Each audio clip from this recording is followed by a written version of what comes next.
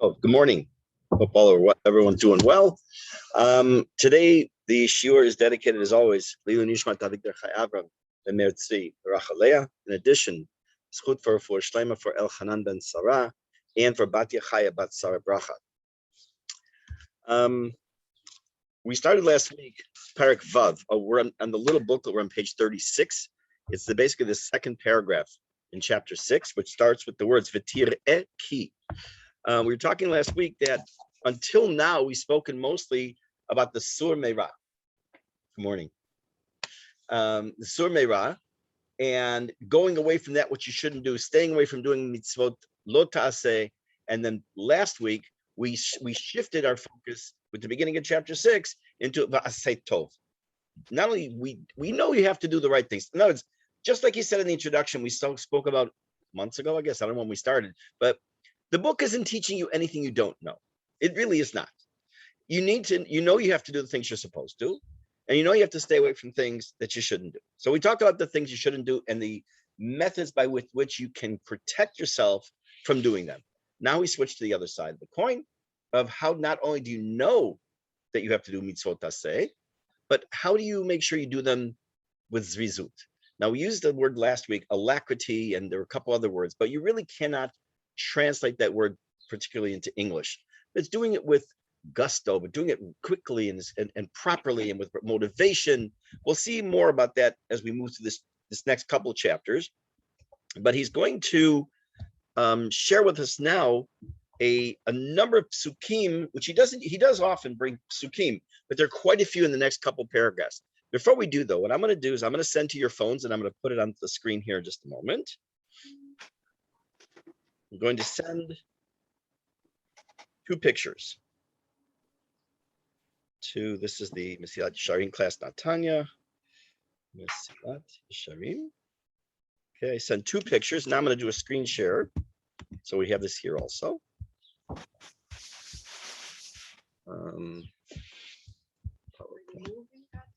No, I'm not moving. Not to worry. Chas v'chalila.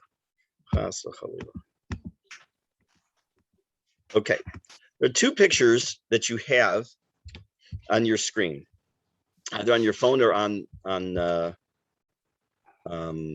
Zoom.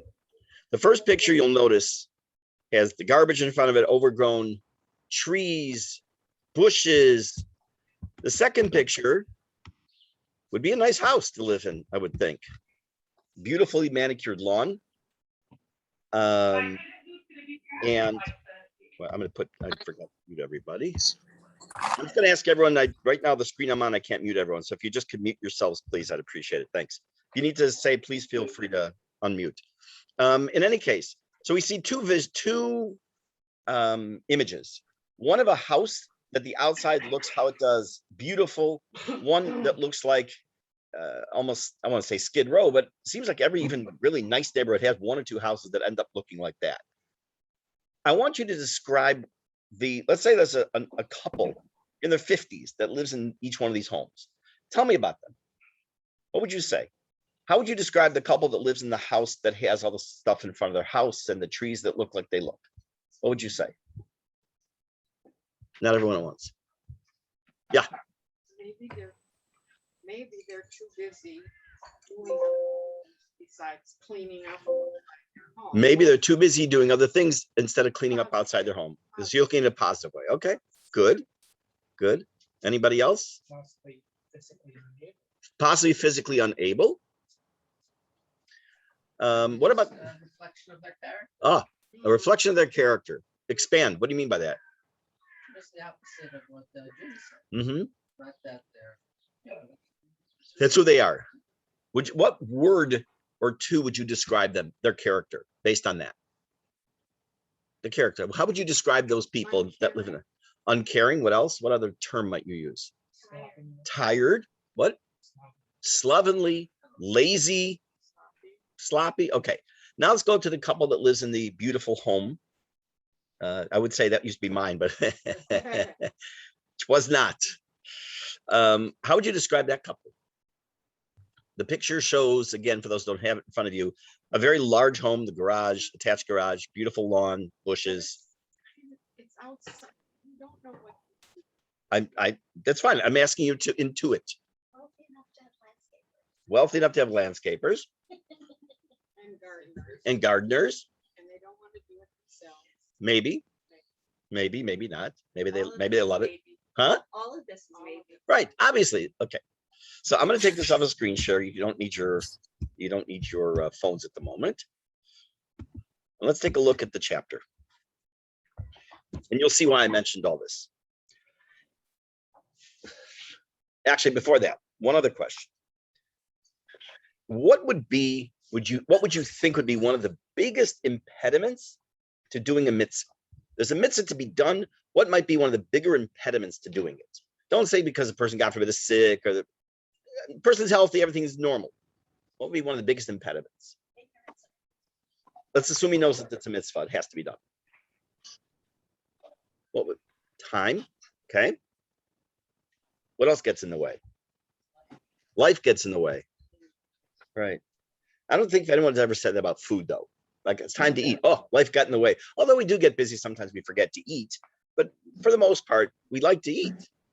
Okay. Let's take a look in here what he says. Oh, just one more digression. Ted, sorry, Apparent parentheses inside of parentheses. Now Ted, sorry, I came a minute late. Can you That's say fine. where we are? Yeah, we're on top of Which page 36. page? It's the second paragraph of No, chapter. I have a big. That's fine. So it's Parak Okay.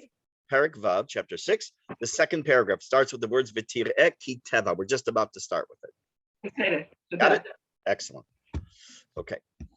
I started last night, for those of you who weren't aware, I started last night teaching a class in Tanya, finally, after a couple of years of waiting to do this, more than a couple of years.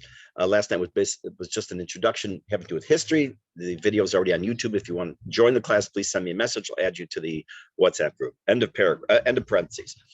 V'tir'eh ki teva adam kaved me'od.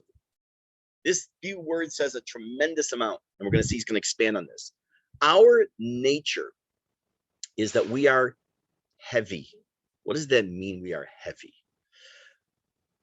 There are four basic elements: earth, wind, fire, and water.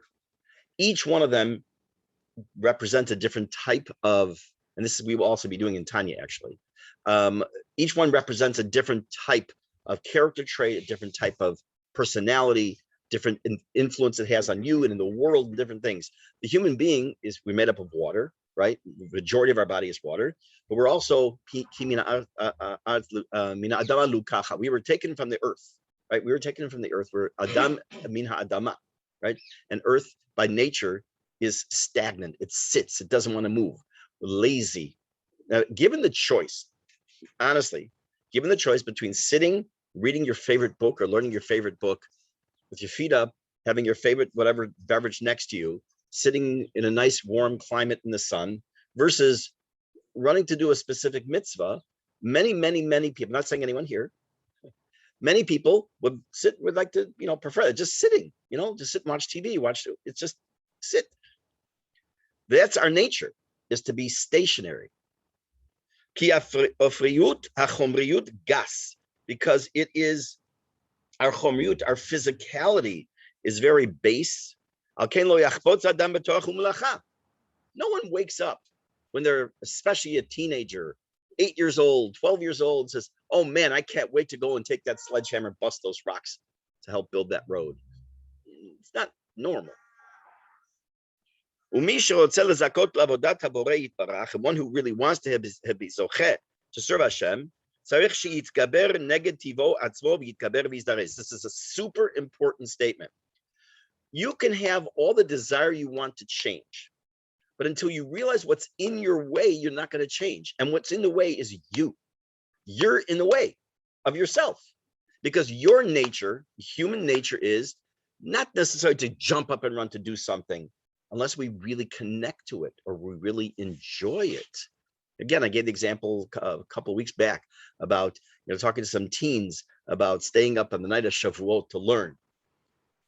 It depends on the year and who I'm talking to. I'm in favor, not in favor in general, but that's a different story. I said, no, we got to go. Oh, I'm so tired, probably be in bed by 10. I said, let me ask you a question. You love soccer, right? Yeah. If the World Cup was on tonight at 2 a.m, would you watch? Of course I'd watch it. So again, it's like what motivates us. But again, in generally saying, we get in the way of ourselves and we have to overcome that. Because if you leave yourself to your own devices and your own quote heaviness, you're not gonna be matzliach. If I'm sure at some point someone here has cut their finger, a pinky, an index finger, right? You could had a little band-aid on it, maybe a paper cut, and you think about your whole body and think about this little tiny paper cut. And until you start then needing that finger to grasp something, oh, that hurt, right? Or you touch something that was acidic and it touched it. You don't even realize that this tiny little thing made such a huge difference. How much difference do you think 4/100ths of an inch makes in anything? It doesn't really make, but if you take a piece of hair and it gets into your eye, you're not you're gonna be crying and tearing till you get it out. Little things that we don't pay attention to get in our way. And this is a very big thing that gets in our way. And if we don't get it out of the way, we don't get it out of the way of ourselves, then we are in trouble. Umashama Tanas, or Tana said Pirkei Avot, Hevi Azkenamer, the Kalkanesh of Ratz Katzvi, the Gibor Kari, Lasot Ritzon Avicha Shabashmaim. He uses the example of various animals that are very fast, quick, whether it's the eagle, or it is the fox, or the lion. What do? They're yeah, okay, so yes, I have a tendency to be nerdy at times when I decide what I'm looking at on YouTube and I start flipping around different things when I'm obviously not doing Ritzon Haborei. And I kind of find sometimes that the learning about animal kingdom is fascinating to me. And no, I don't spend much time, but I do. And you watch how they wait in for their prey, and then how fast the jaguar moves and the lion and the because I've actually looked at specifically these animals. Okay, at least doing some Torah there, and tried to see how they move and how they plan and how. Now you take a look at a lion. The lion's got to weigh I don't know how much, hundreds of pounds. It's a big animal, but the swiftness and the jaguar, I believe, is the fastest. Or the cheetah. Sorry, the cheetah. Thank you. The cheetah is the fastest animal, which is why you have the truck, the delivery truck service called Cheetah. I deal with a lot of cheetahs in my life, unfortunately. Anyways. I'll leave the jokes to somebody else. So we have to be that. We have to overcome that and be quick. There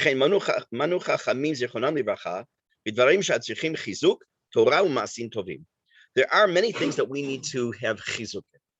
Among them, say the rabbis, are Torah and masin tovim. Now, that sounded weird, doesn't it?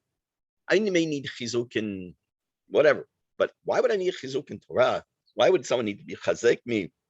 Masim tovim, good acts. Shouldn't it be natural? I want to help somebody. I want to do something. So right, exactly. Judy's shaking her head. No, you're right. Because again, the average person. Now, many people are hardwired to do mitzvot and chesed and all. I'll give you, one classic example. Just from a few weeks ago, Parashat Shavua, Avraham Avinu is sitting kechom hayom. He's sitting in this tent in the heat of the day. He just had his brit milah. He lifted his eyes and he saw Shlosha Nashim Baim. I think I'm misquoting. And 3 people are coming towards him. Of course, he doesn't necessarily know they're malachim. He runs out and he says to them, Adonai, don't leave, please. If I found favor in your eyes, please don't leave. Rashi says there are 2 opinions about the word Aleph Daled Nun Yud. One is that it's kadosh, meaning he's talking to Hashem, because it said Hashem came to visit him in the tent for Bikur Cholim. He's saying, don't leave, I'll be right back. The other is he's talking to the angels. It's chol. It doesn't mean Aleph Daled Nun Yud Adnus of Hashem, but rather to them. But the problem with the Rashi opinion that says that it's, oh, thank you very much. Todah. Very good. Todah Rabah. Yeah, it's that time of year. What can I say? Todah. If it's Aleph Daled Nun Yud meaning Hashem, there's a problem. It says Vayaratz. He ran out of the tent to greet them. If he's telling Hashem, I'll be right back, he should have said it before he left. Now, yes, Hashem is everywhere, but he should have said it before he left. The answer is Avraham Avinu was on autopilot when he saw an opportunity to do a mitzvah, and that's why it says It's greater to do haknasat orchim even more than receiving God himself. Where do we know it from? From this. Abraham ran out while he was with Hashem himself to do a mitzvah of Hashem, of haknasat orchim. But he was so, his body's entire being was so into doing mitzvot. We are not like Abraham Avinu, unfortunately. We are descendants of Abraham Avinu, and therefore we have that in our DNA. It means we can aspire to some level of that. And therefore we need chizuk to get to that point. Umikram alehu, and it's a very beferish pasuk that says in Yehoshua, beginning of Sefer Yehoshua, after Moshe Rabbeinu has died at the end of Bezot HaBracha, Hashem is talking to Yehoshua, and multiple times says the expression chazak ve'ematz, be strong and be courageous, strengthen yourself, be courageous. And there's reasons why he says, I think it's 4 times, and each one has a reason why he's talking to him. He's talking to Am Yisrael and others.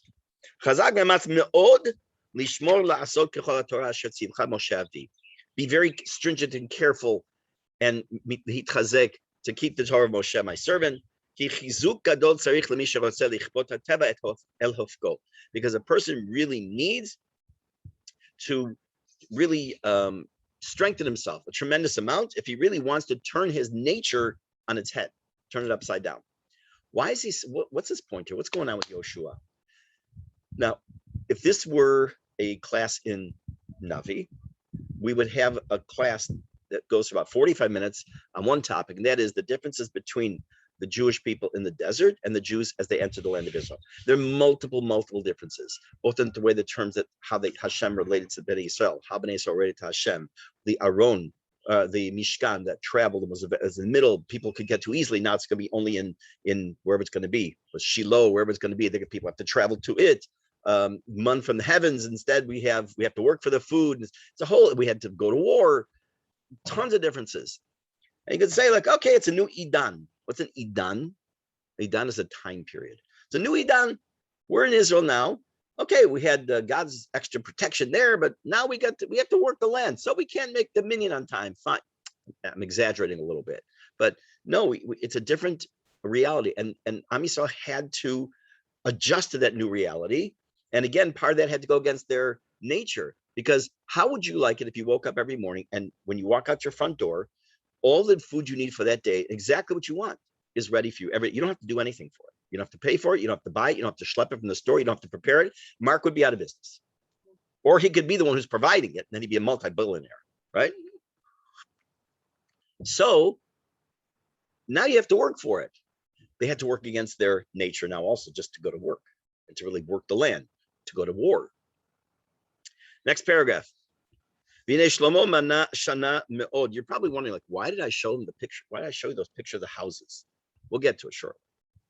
Shlomo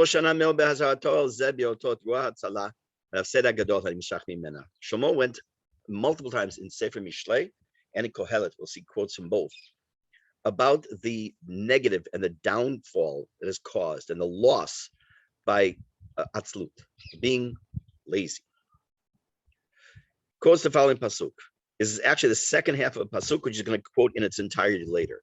Me'at shenot, me'at tnumot, u'mat chibuk yadayim lishkav, uva ki malech reishecha machzorcha ki ish mageh. A paraphrasing the pasuk. A little bit of sleep, a little bit of resting, a little bit of hand-wringing and all, and just kind of wasting time, and you're lost. Now, what does that mean? Hold on, we're going to get more into, he's going to explain, but we're going to come back to that pasuk in its entirety, and we'll see more, because it actually connects to something else. A person's lazy. Did they do anything bad? They didn't do anything bad per se. But by not doing the mitzvah, he didn't actively hurt somebody. He didn't actively steal. He didn't actively cheat someone in business and didn't wear a garment of 4 corners without tzitzit. Nothing active. He sat. But it was a sheva al taseh. He sat and didn't do anything. He didn't do the mitzvah. He missed out. If a man doesn't put on tefillin one day, you cannot make that up. There are things you can make up. We know tefillah. If you miss it, you can make it up usually in the very next tefillah. There are things you can make up. but there are things you cannot. Unfortunately, most things you can. If someone said to me today, I was sick on Rosh Hashanah, and I'm just getting released from the hospital. There was no one to blow shofar. Can you blow shofar for me? I'll blow shofar for you all day long if you want, but there's no mitzvah involved. It has to be in a specific time. He also said in Mishlei, the person who's lax or lazy in his work is a brother to the destruction or the destroyer. Anyone want to take a guess at what that means? That a person who is lax in his work is a brother to the destroyer. Yeah. It makes me think there's an expression in English like idle hands Are the work of the devil or Yeah, workshop or something. discuss that time, perhaps. Right. Then idleness. Very leads to good. bad things. Excellent. The concept of Is it idleness. like being, Say it. Oh. Say it again. I was just going to say, is it like being a collaborator, seeing evil being done, Okay. not doing anything about it? Very good. So both of you are correct. Yes, I'm going to repeat what Judy just said. Was that you become a collaborator into what ends up happening by being lazy, by being lax, and it's exactly what it's saying on both counts. One is that the idle hands are the work of the devil in a sense, and they cause all kinds of problems. But also, you're not the actual mashchit. You're not the destroyer, but you become a collaborator. To use Judy's word, become a collaborator. You become the brother of collaboration to the destroyer. Meaning, even though you're not actively doing something wrong, you didn't do anything wrong. You just didn't do something, but you didn't do anything bad. If someone were to walk in here right now while we're learning, would someone be able to say to you, you're doing something bad? No. Would they know that you didn't do X this morning and you should have done X? No. That's on you or on me. Even though you're not actively doing something wrong, by not doing a mitzvah that you're supposed to do, don't think that you're very far from that precipice. You're related to it. You're very close. He also gave us a vision, a descriptive idea of how to understand the destructive nature of being lazy. That which comes out, or is born, so to speak, every single day in front of our very eyes. Now, this is the full quote, multiple psukim. It's actually not part of it's multiple. Al sadeh ish atzel avarti. I passed by a field of a lazy individual. Val kerem adam chasar lev, and I passed by the vineyard of a man who didn't know much. Maybe he's lacking a heart. That's the literal translation. V'hine, what did he see there? Alak kulokim shonim. It was filled with thorns. Kasu panav charulim, and his face was covered with thistles. Ve'echazeh anochi, and I looked. Sorry, ashit libi, and I paid attention. Ra'iti lakachti musar. I looked and I took a lesson from that, which was me'at shenot, me'at numot v'chulei. Now he quotes the earlier pasuk. What is he saying here? You remember the picture of the house with the garbage in front of it, and the overgrown everything, right? So because Judy is melamedet zchut to everybody, Baruch Hashem, she said that they were too busy doing bikur cholim and mitzvot to care about how their lawn looked. Very good. But it also potentially indicates something of that person. It can be lazy. Assuming all things are actually normal and there isn't an illness and everything, why in the world would you have a place that looks like that unless you are lazy, you don't care? So what his mashal and mishlei is he walked by a vineyard, he walked by a field, and it's all overgrown. What should it have been? It should have been pomelos, it should have been grapes, it should have been oranges and whatever else grows on trees, unfortunately not money. Right? It should have been that. Instead, it's all the stuff that's overgrown. And whose fault was that? He's saying it's the fault of the owner of the field because he didn't do it. Now, if you find a field that things are not growing or they're growing very poorly, it could be a million reasons. But the fact that it's not even touched is a very big problem. He says it's atzlut. It was laziness. And he said, again, it's a mashal, a parable. And the idea being that this person, that Shlomo HaMelech takes a lesson from this. When he saw that situation, he said, This is what happens in life when you don't do anything. When you don't do anything you're supposed to do. What does that mean? We just said that if I sit there and I don't do a mitzvah, I didn't actively do anything wrong. I just didn't do anything right. I missed out on something. I was mevatel mitzvah taseh. But it goes further than that. Look at this field. Did this guy grow those thorns and, it's hard to say, thistles? Did he grow that stuff? It grew naturally. It just came as a result of atzlut. So his lack of action caused this negative reaction. And he says the same thing here. Take a look. Besides the obviously that means exactly what it says about a field, that it could be overgrown with all these things if you don't do anything, which could happen to the field actually of a person who's lazy. The Chachamim take this pasuk or these psukim, and they in a beautiful way they analyze it. This is what they say. He quotes the Yalkut Shimoni. What does it mean that the field became filled with thorns? Means it refers to a person. It's a person who reads a pasuk in the Torah, for example. He doesn't find a meaning to it. He doesn't understand it. What is that talking about? What does that mean? It means as follows.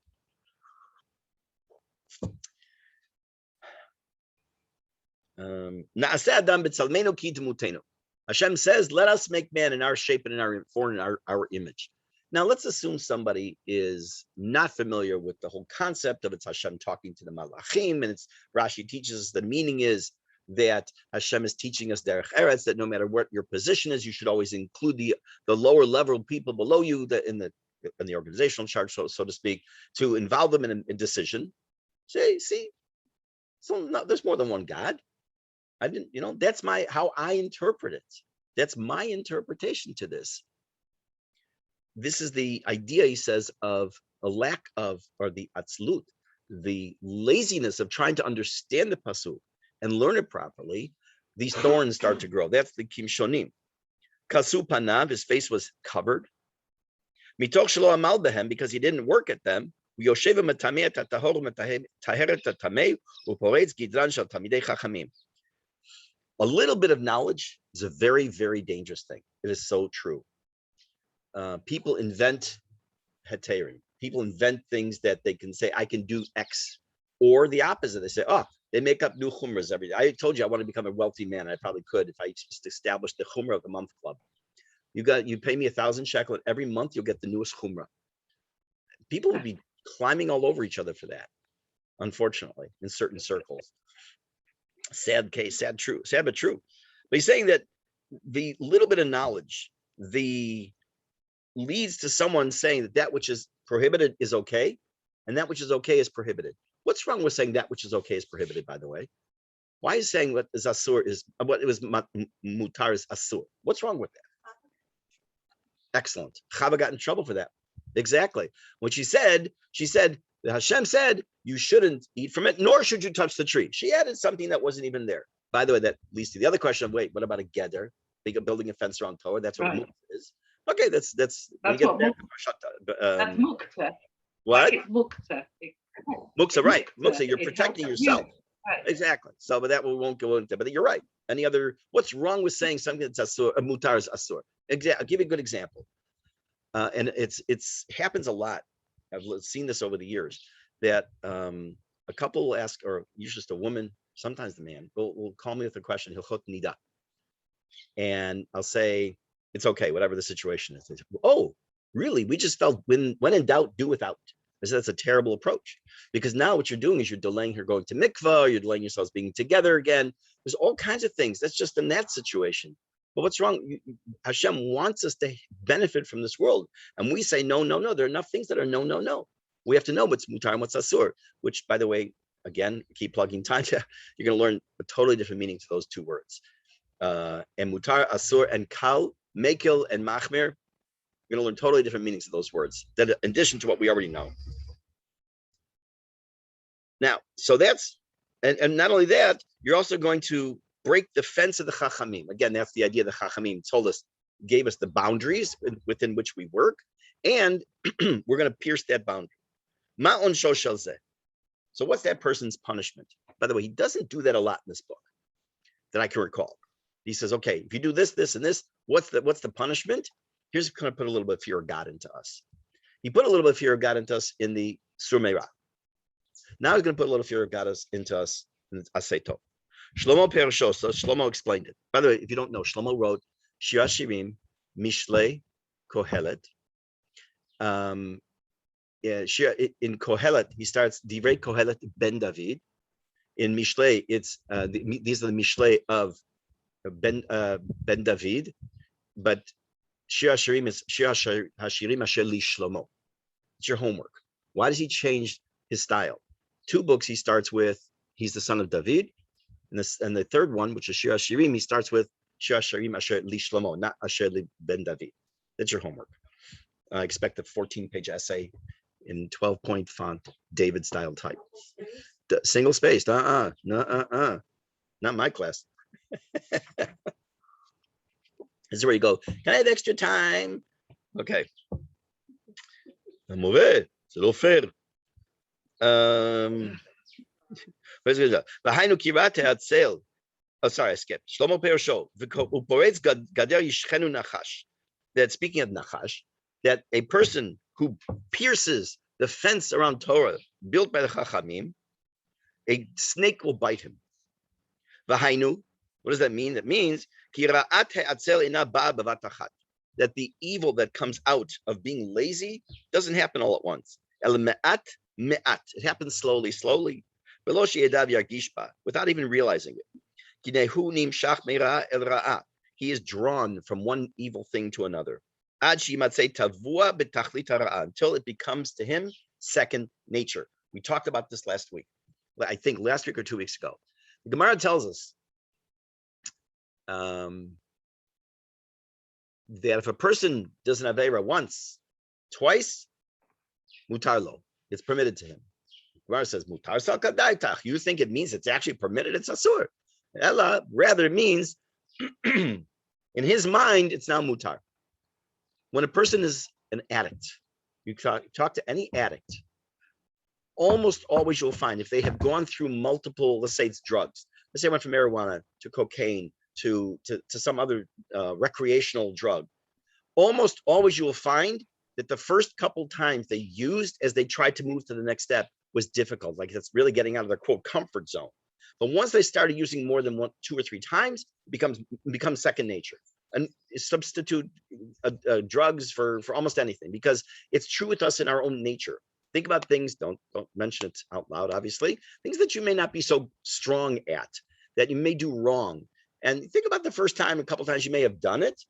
Okay, it's difficult, this is wrong, how can you feel guilt? And after a while, it's like almost becomes second nature. So he says the same thing happens when a person decides they're not going to do a mitzvah. I had a discussion with a kid the other day. He is 14. And I asked him, we came and talked about tefillin. I bring this up a lot with kids, because unfortunately it's one area where many kids need chizuk. And I said, you just got to school, right? Yeah, it's about 9 o'clock, 8:45. I said, tell me, and I know you didn't, but I'm just asking anyway. Did you put on tefillin this morning? No, and he couldn't care less. So I said, when's the last time you put on tefillin? About 2 weeks ago. Okay. I said, I've had this discussion with your older brother, who's now 19. He says, oh, he hasn't put on tefillin since the week after his bar mitzvah, which, by the way, is not true. I know he has a few times. So we talked about that. And I was explaining that, how was it when you didn't put it on the first day? He says, oh, it felt weird. I said, what about now? He said, I don't even think about it. It's that. You become used to something. That's exactly this. Me'at, me'at. Slowly, slowly. It happens.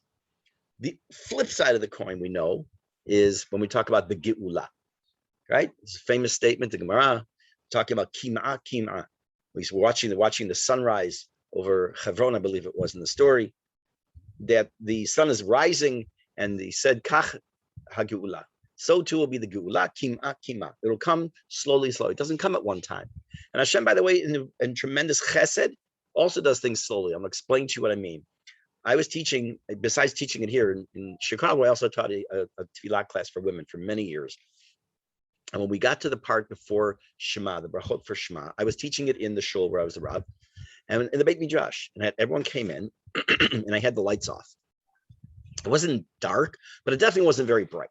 It was pretty hard to see in the room. So I said, "Well, what's wrong with the electricity? Oh, you pay the bills, the usual." I said, "Just chill, relax." So here, I'm talking about the paragraph, a couple paragraphs before Shema, Mechadesh b'chayom tamid. Hashem brings light to us with rachamim. What do you mean he brings everything we get is pure, unadulterated gift from God? Why dafka are we talking about light? So I'm asking their opinions and all, and it's getting darker in the room, whatever. And all of a sudden I flip on the lights. They go, oh, like that, right? Because if Hashem meant from before Alot HaShachar dark to midday brightness, we would have a tremendous difficulty with that, of course, unless he created us differently. With our ability, we need to have that slow introduction to the light of the day. That's a rachamim. Even when he gives us rachamim. Again, Hashem gives us rachamim. Yirmiyahu asks the following question in a rhetorical way when he's castigating Am Yisrael. He says, the morning after the Egel HaZahav, the golden calf, did you have man? Hashem still gave you man, right? Hazanat alam kulo b'tvo b'chen b'chesed rachamim. What does it mean? Hashem just with chen and chesed rachamim. Even when you kiviyachol spit in God's face, you still had food the next day. He didn't stop. So everything happens in a I say b'dargot, in not in stages, but measured steps. How? Gradually. Thank you very much. I need to have ketuviot on me. So let's take a look. What happened first? He just didn't do what he was supposed to do. He didn't bother himself to put a little effort in. And then, my word, not his, Torah falls by the wayside. You don't do what you need to really do. Ask somebody, it could be in your own family, a neighbor, someone who doesn't have kids in school, or even if they have kids in school, how they relate to the knowledge of a chag before the chag today versus how they did when they were in, say, high school, right? What I mean? So nowadays, let's say a person's 35 years old, 40 years old. It's coming before, let's say, Rosh Hashanah. Let's say it's coming before Sukkot. Okay, say maybe open up on a website. Maybe they have a Mishnah Berurah. They open up Mishnah Berurah, a book in English, a book in Hebrew, whatever it might be. Do a little bit of review. But are they really the same? Are they, quote, into it, forgetting about the cooking, forgetting about the cleaning, but mamash, the halachot of the chag, it's very different as you get away from a formal educational institution to stay with that, unless it's important to you. Now, I learned it last year, right? And I've had many times where people ask me questions before Chag, which they'll say before I say, look, I learned this in school, but I forgot, or I did it last year, but I forgot. Okay, it happens. So when we don't make the effort, we forget. When I was in college, the last class I took, and I pushed it off to the last year, literally the last semester, was Operations Research and Management. It had the reputation of being a very difficult course with an interesting teacher. Yuler Tandogan was his name. He was Turkish.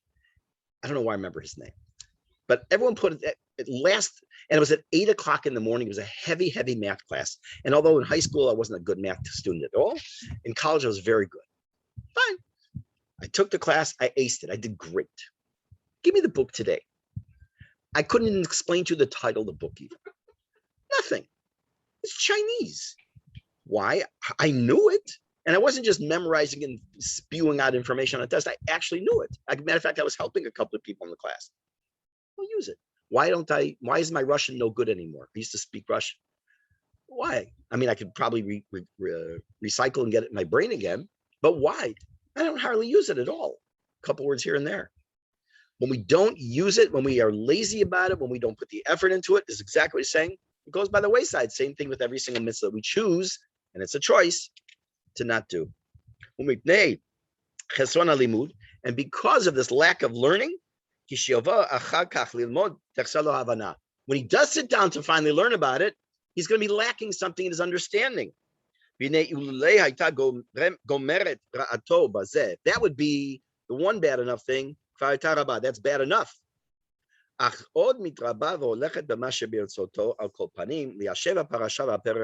instead, what he does is he tries to twist the words of what that statement might be. He says,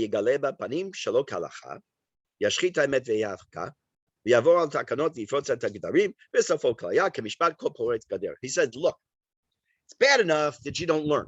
It's bad enough that when you do finally sit down to learn something, you don't understand. That's bad enough. But then to learn it and twist the words to how you want it to say and what you think it should be, that's even worse. That comes back to bite you. And I use that expression purposely because he's talking about the nachash. And you poet's gader. Amar, let's read a couple more lines. Amar Shlomo ve'achazeh anochi ashit libi. I looked and I paid attention. By the way, what does that mean? I said I looked. We see a lot of things in life. We see so much every single day. And there's so much we can take a lesson from if we just look a little bit deeper.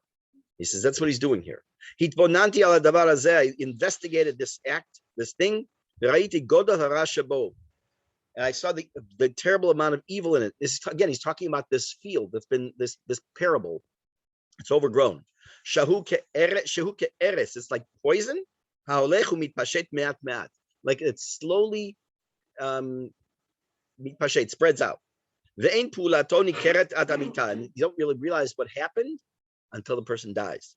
And that's what it means. A little bit of sleep, a little bit of chibuk yadayim. You have here a very detailed recipe for what not to do. Pardon the expression, get off your butts. Do something, right? I don't think any of you would have been here for this. I'll close with this little story. I learned this from actually, I'm not going to tell the story about me. I'll tell where I learned it from. I went to a seminar in the United States many, many years ago. And it had to do about building wealth. Everyone sits down, and they're sitting, and the lecturer walks in. It's a hall, had a few hundred people. And he walks in, he looks very sternly at everyone, goes, "Get up!" Like, I don't think I've ever walked into a seminar and had someone say that. We all, okay, go under your seat, look under your chair. So everyone starts feeling under, and there was a quarter taped, or a dollar bill taped to the bottom of every chair. He says, that's the lesson for today. You want to make money? Get up, get off your butt and do something about it. I did that actually with something else at the shul here once, but it was on a weekday. So he's telling you, get up. You got to be moving. You got to do something. If you want it, you have to engage yourself and get past the chomrut, the kvedut, the atzlut, the laziness, the heaviness, this burden, so to speak, that we carry with us that prevents us from doing it. Dahainu, the Yetzer Hara, which he doesn't talk about particularly here. And that's going to help you. Next week, Bezrat Hashem will probably finish the parak and move into other ways of how to identify what helps us to do this as well. Have a wonderful day, everybody. Absolutely. Ask questions. So I think it's very rare when laziness is just when someone's just lazy for no reason. Right. It's often like the effect of being depressed or sad or something like that. It's the result of that feeling. Right. So, okay. So first, let me just repeat it so it's on here also. That she's saying that laziness isn't often just by itself. It's as a result of something. It could be depression. It could be something else that leads to laziness. That is 100% true. However, at the same time, to me, that means that person is not naturally lazy. There are people who unfortunately are naturally lazy. A person who is lazy, and I'm using the term very broadly right now, as a result of a depression or something else, to me personally, I think that person isn't a lazy person. Something's caused that one to become lazy. Not people aren't naturally lazy. They're this heaviness. They don't want to necessarily do. But yeah, you're right. I would say laziness is most often like that. And so, yeah. Could come from boredom too. Growing pains. Yeah, lots can cause it. But you're right. All right.